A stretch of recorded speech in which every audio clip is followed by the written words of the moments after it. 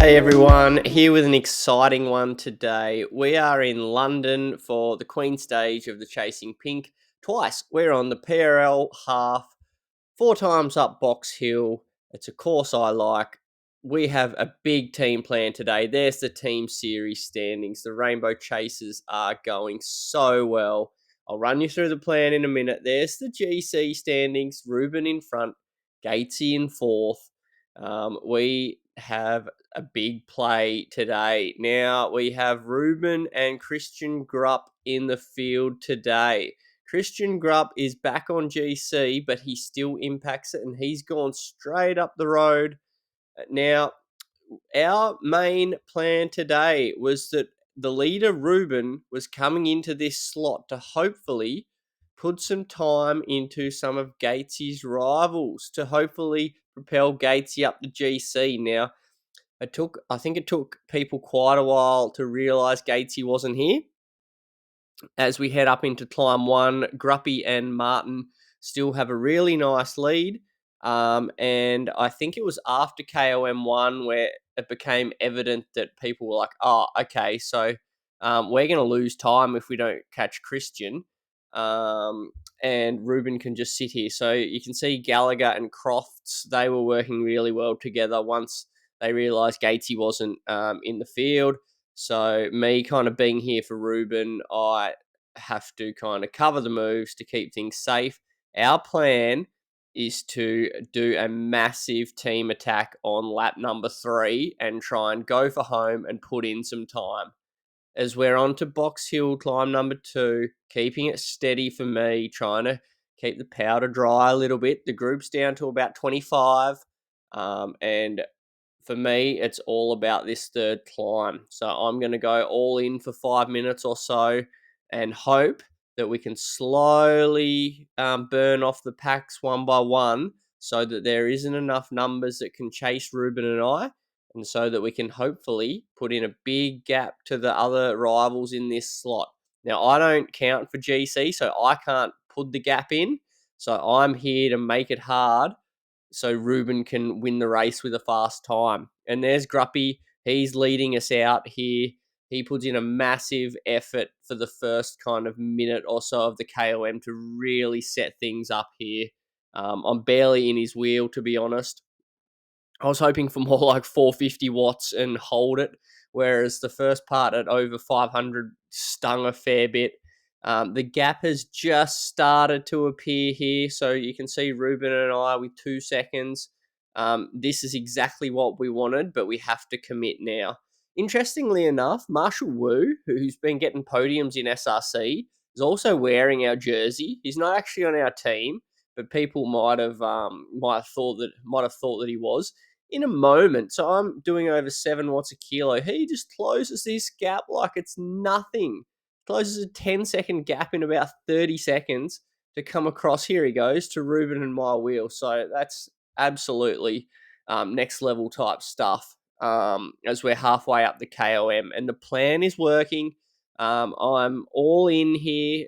It's certainly hurting, and knowing that there's like 31.5k to go, it's almost like there's a slight mental block here because I know that the top of this hill isn't the finish line. So it's all out, but it's not like my best 5-minute effort kind of thing. But for me, I'm trying to protect Ruben as much as possible. Ruben, obviously, in the Zwift games, beat me up the grade, so he can do over 7 for 5, but he's probably pretty fatigued after 15 straight days of racing, pretty much. He comes through for a turn. This course is good because with the descent coming, we can kind of refresh, recharge a bit, and then get into our work and kind of assess the situation and see what the damage is, and then try and work together to hopefully keep extending that gap. I was here to sacrifice myself for Ruben, so whether that was like another lap or to get him to a certain point or to make sure he had enough left to go on with it, we weren't sure. But I was just here to kind of help in whatever regard he needed. So there were 3 of us as we crest the KOM in a 5:23, which I think is my second best time on Box Hill.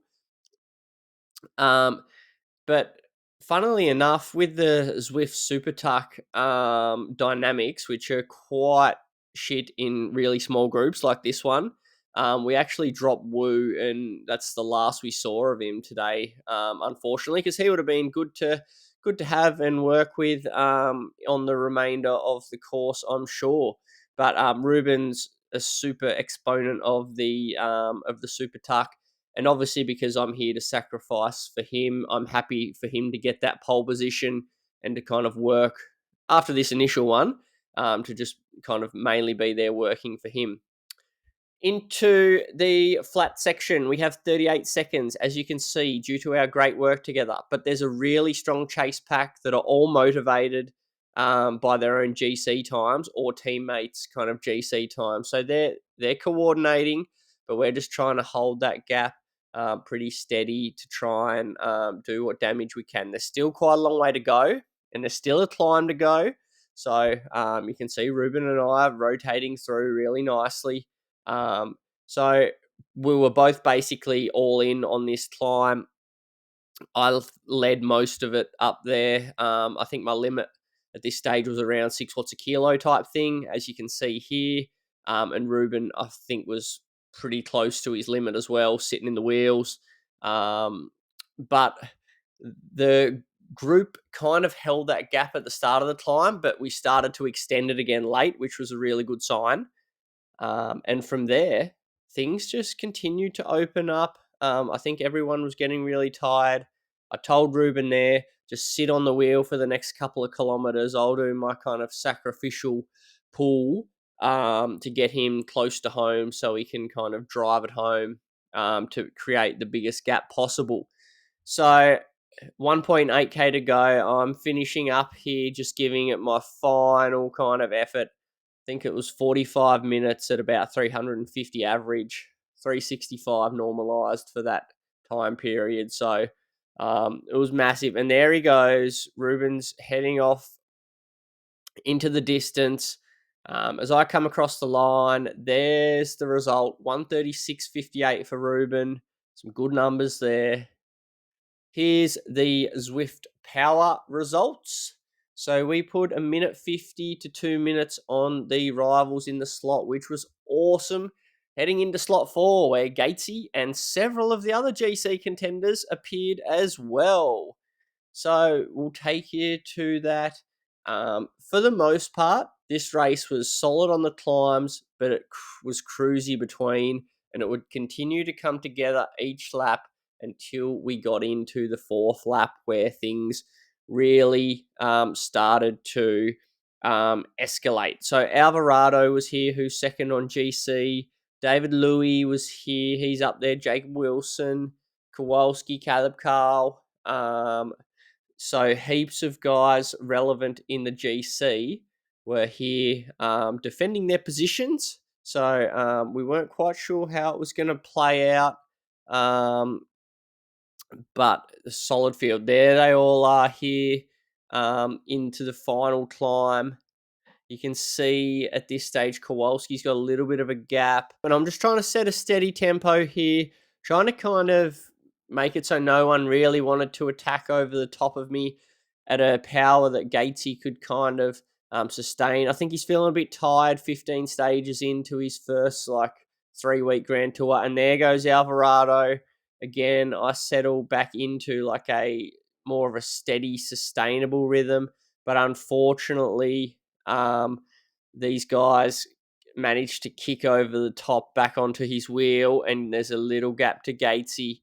There's a few seconds here, so now it's my job to kind of sit up and make sure that Gatesy's in my wheel for the remainder of the race. So we've got 16.7k to go.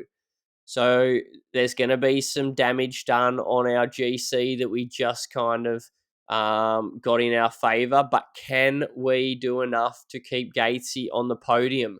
So I think it's Richard Wilson who's now in fourth place. Gatesy has 47 seconds to him. You can see off the climb, I'm basically view 6, just riding on the front at whatever Gatesy's limit is. And that was what I did for the final kind of 20 minutes of the race.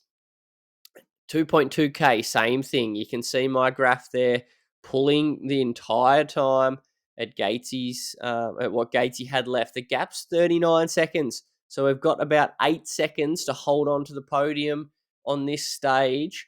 So obviously that's a massive net turnaround for the Rainbow Chasers compared to our situation yesterday. But it is a massive shake-up in the total GC. The third place, there are probably like 6 guys that are still a chance for that spot, with the Skur and big foothills to come in the next 2 stages, and obviously some fatigue starting to creep into the legs now. So 36 seconds, but they're going to have a finishing sprint up the front. David Louis is going to be up to 5th on GC. So he's going to be within kind of like 25, 30 seconds as well. So it's all happening, and it has completely been shaken up by the Queen stage, which is pretty cool. We're just having fun out here. Like this has been a great tour to be a part of. The vibes in the team are high.